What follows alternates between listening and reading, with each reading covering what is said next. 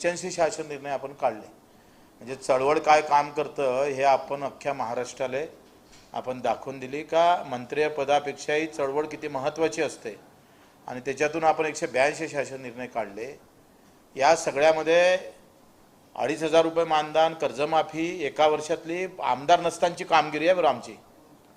नंतर भूमीन म्हणजे याच्यामध्ये देवाभाऊला खरं तर आभार मानावं लागेल.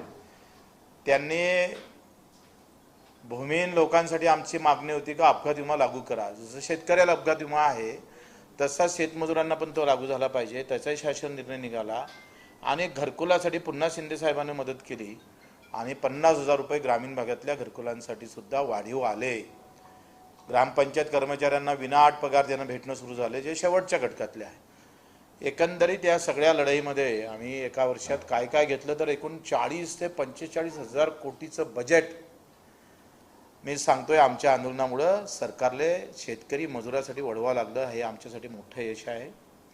आणि हे सगळं असताना मला असं समजलं आहे मीडियाच्या माध्यमातून का बच्चू कडूची वर्णी लागणार आणि ते विधान परिषदेवर आमदार होणार. आता मी काही एका जातीचा माणूस नाही, एका धर्माचा नाही, एका झेंड्याचा नाही, एका रंगाचा नाही. मी शेतकरी, शेतमजूर, दिव्यांगाचा आवाज उठवणारा एक कार्यकर्ता आहे. कदाचित शिंदे साहेबांना हा निर्णय घेतला तर दिव्यांगाचा, शेतकऱ्याचा, मजुरांचा सन्मान होईल. आणि बगर जातीचे माणसं कोणी घेत नाही. तुम्हाला माहीत आहे आजकालचं राजकारण विकासापेक्षा जाती धर्मावर आहे. लोक मेंढरासारखे जातात जाती धर्माच्या नावावर. आम्ही मुद्द्याची लढाई लढणारे माणसं आहे. कदाचित आमचा विचार झाला तर आमचे काही मुद्दे आहे. आम्ही आमदारकीसाठी जाणार का तर बिलकुल नाही. आमचे मुद्दे आहे का जे काही दिव्यांगाचे उर्वरित प्रश्न आहे त्याला लगेच कुठेतरी आम्ही पाहतो पूर्तता झाली पाहिजे. त्यांची कर्जमाफी आहे, दिव्यांग बांधवाची पगाराची वाढ आहे, इतर काही महत्त्वाचे घरकुलाचे मुद्दे आहे. दुसरा, पेरणी ते कापणीपर्यंत सगळी कामे MRGSमधून झाली पाहिजे. शेतकऱ्याचा मुद्दा आहे, हमी भावाचा आहे. हमी भावासाठी शिंदे साहेबांना उद्या जर विचार केला आमचा तर आमचाही प्रस्ताव आहे, त्यांचाच थोडा प्रस्ताव.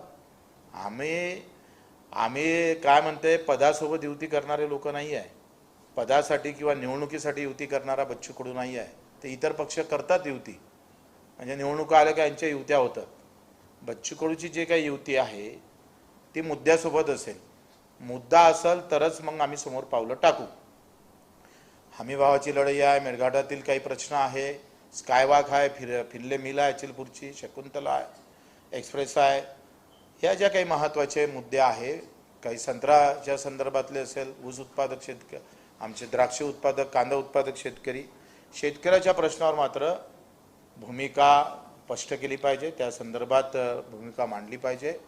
विधवा भगिनी आहे, म्हणजे लाडक्या बहिणीला तुम्ही 1500 देता, पण त्या परित्यक्त्या आणि विधवा भगिनी ज्या लाडक्या आहे, त्या बहिणी आहे, त्यालाही तुम्ही तेवढेच देता. ज्यांना पती नाही त्यांनाही तेवढेच, ज्यांना पती आहे त्यांना पण तेवढेच. हे काही महत्त्वाचे मुद्दे आहेत. त्याचा प्रस्तावसुद्धा आम्ही शिंदे साहेबांना देऊ. निवळ आमदारकीसाठी जावं एवढा काही नालायक बच्चू कडू नाही आहे. त्याच्यामुळे ह्या सगळ्या मुद्द्यावर चर्चा होईल. प्रहार किमान 1,00,000 सभासद असणारी संघटना आहे भारतामध्ये, आपल्या महाराष्ट्रामध्ये. दिव्यांग बांधव किमान 5 ते 10 लाख लोक आमच्यासोबत जुडलेले आहे. जरी तुम्हाला वाटतं तर विदर्भापुरतं असेल, बच्चू कडू अमरावतीपुरतं आहे, असा विषय नाही आहे. आम्ही मुंबईत असतो तर कदाचित वेगळा विषय राहिला असता, कारण इथं दांडा उचलला तर बातमी होते आणि आम्ही तिकडे मरतो तरी बातमी होत नाही, कारण इथं मीडिया जवळ आहे, थोडा फरक पडतोच. तर हा सगळा विषय घेऊन प्रहार शिक्षक संघटना आहे, प्रहार कामगार संघटना आहे, प्रहार दिव्यांग संघटना आहे आणि प्रहारचं एक अस्तित्व आहे. आणि ते कार्यकर्त्यांना निर्माण केलेली संघटना आहे.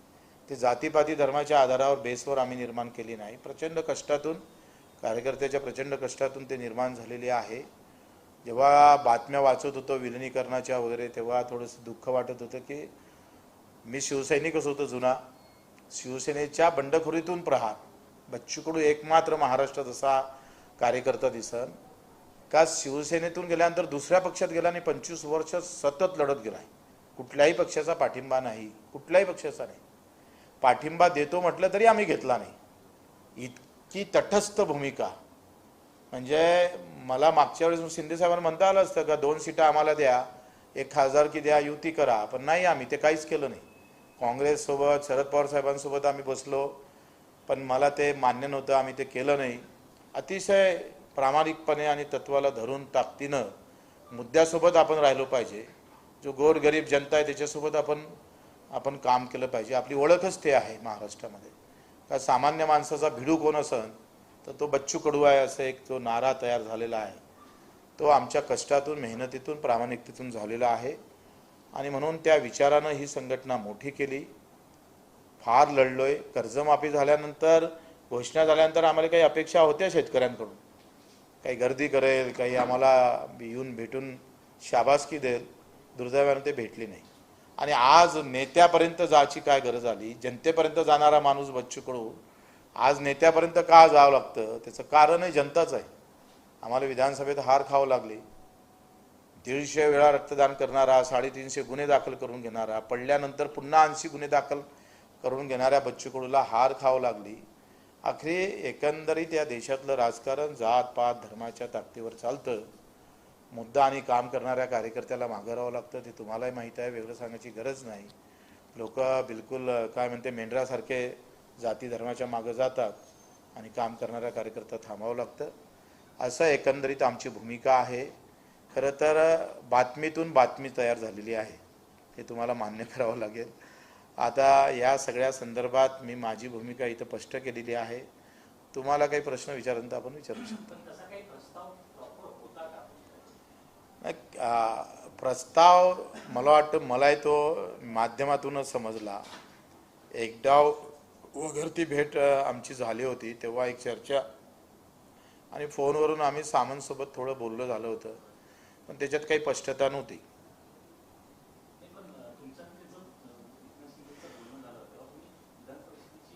अशी काही चर्चा अशी काही चर्चा झाली नाही. कसं आहे, विधान परिषद मला तर हेच माहीत नव्हतं. मी आता हिमालयातून पायी चालून आलो. म्हणजे मी आलो नाही हे त्याच्या दुसऱ्या तिसऱ्या दिवशी बातमी चालली एकंदरीत. आणि बातमी चालल्यानंतर मग थोडी एक चर्चा फोनवर आमची सामंत साहेबांसोबत झाली. त्याच्या व्यतिरिक्त काही झालं नाही. पण तुम्ही आता अवघे काही तास उरलेले आहेत उमेदवारी अर्ज भरण्यासाठी. एकनाथ शिंदेच्या पक्षाकडनं तुम्हाला काही सांगण्यात आले की अर्ज भरण्यासाठी तयारी करा किंवा काय? असं काही मला वाटतं अजून कुठलाही आम्हाला फोन नाही, सांगितलं गेलं नाही. शक्यता असू शकतं. जर एवढं काही जेव्हा झालं, कुठून ना कुठून बातमी लीक झाली असन, ते तुमच्यापर्यंत आली असन, उगाच काही थोडी हवा येतं, बातमी होतं. वाटतं काही माझ्यापेक्षा तर तुम्हाला अधिक जास्त माहिती असू शकते.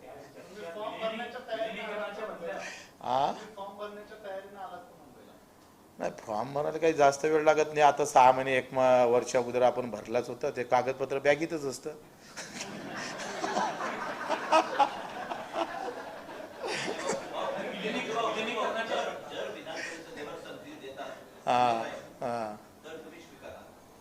नाही, मला असं वाटतं का तो किंतु परंतुचा विषय आहे. आखरी चर्चा झाली पाहिजे. मी काय म्हटलं का निवड आमदार व्हायचं असतं तर मी आता तुम्हाला हो म्हटलं असतं. पण मी काय म्हटलं का आमचे मुद्दे फार महत्त्वाचे आहे शेतकऱ्यांचे. आम्ही शिंदे साहेबांना आम्हाला विधान परिषद गेलं, आम्ही त्यांचे पाईक म्हणून राहू, मेहनतीनं काम करू, प्रामाणिकपणे लढू. शिवसेना किती वाढवायची आहे तोही प्रयत्न करू. तो विषय नाही आहे. त्याच्यापेक्षा महत्त्वाचा विषय आहे की आम्ही जेवढं मायबापाला मानतो तेवढंच आम्ही दिव्यांग आणि शेतकरी मजुरांना मानतो. म्हणजे आमच्यासाठी ते देवासमान आहे. आणि म्हणून त्यांच्यासाठी जर मोठा संघटन त्या मुद्द्याच्या सोबत उभं राहत असेल पक्ष, तर मग आपण सगळी चर्चेतूनच होईल ना. आता चर्चेचा निरोप येते का नाही येत तो प्रश्न महत्त्वाचा आहे.